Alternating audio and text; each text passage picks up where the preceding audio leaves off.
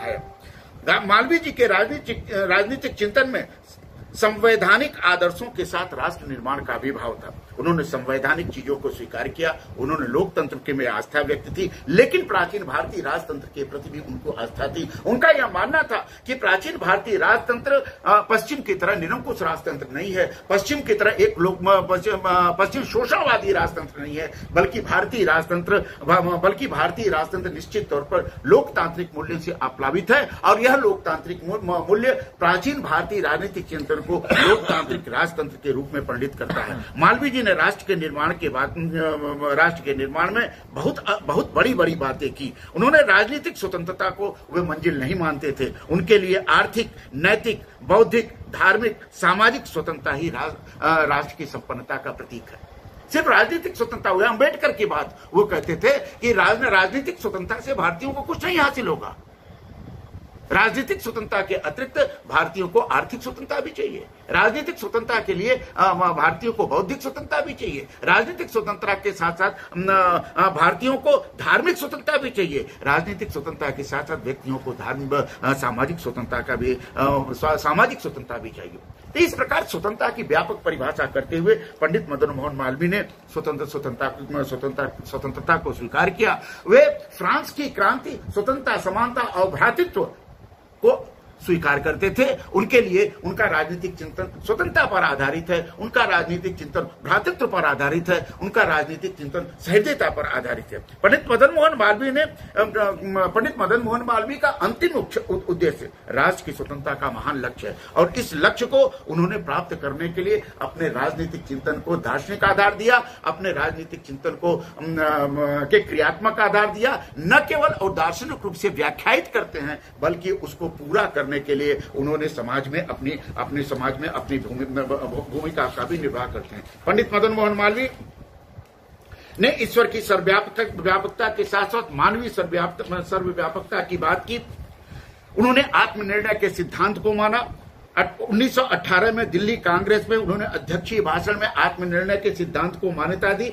उन्होंने राष्ट्र के पुनर्निर्माण के व्यापक सिद्धांतों को जन्म दिया, जिसमें औद्योगिकरण, उनका संवर्धन और राजनीतिक सुधार महत्वपूर्ण है।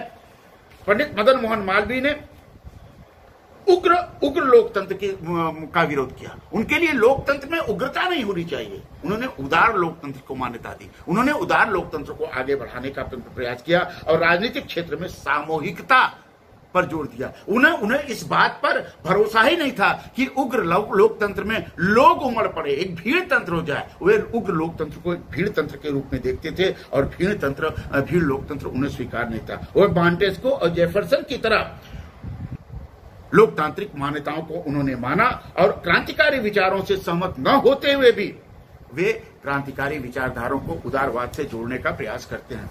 पंडित मदन मोहन मालवीय ने हिंदू सभ्यता, हिंदू संस्कृति, हिंदू इतिहास को आगे बढ़ाने पर जोर दिया। उनके अनुसार अगर उनके निचोड़ के रूप में अगर वो कहें तो वह स्वतंत्रता, समानता और न्याय के समर्थक सभी क्षेत्रों के लिए उपलब्ध थे। उनका समर्थन केवल मौखिक व्याख्याओं तक सीमित नहीं था, बल्कि उन्होंने अपने जीवन में इन आदर्शों का परिपालन किया।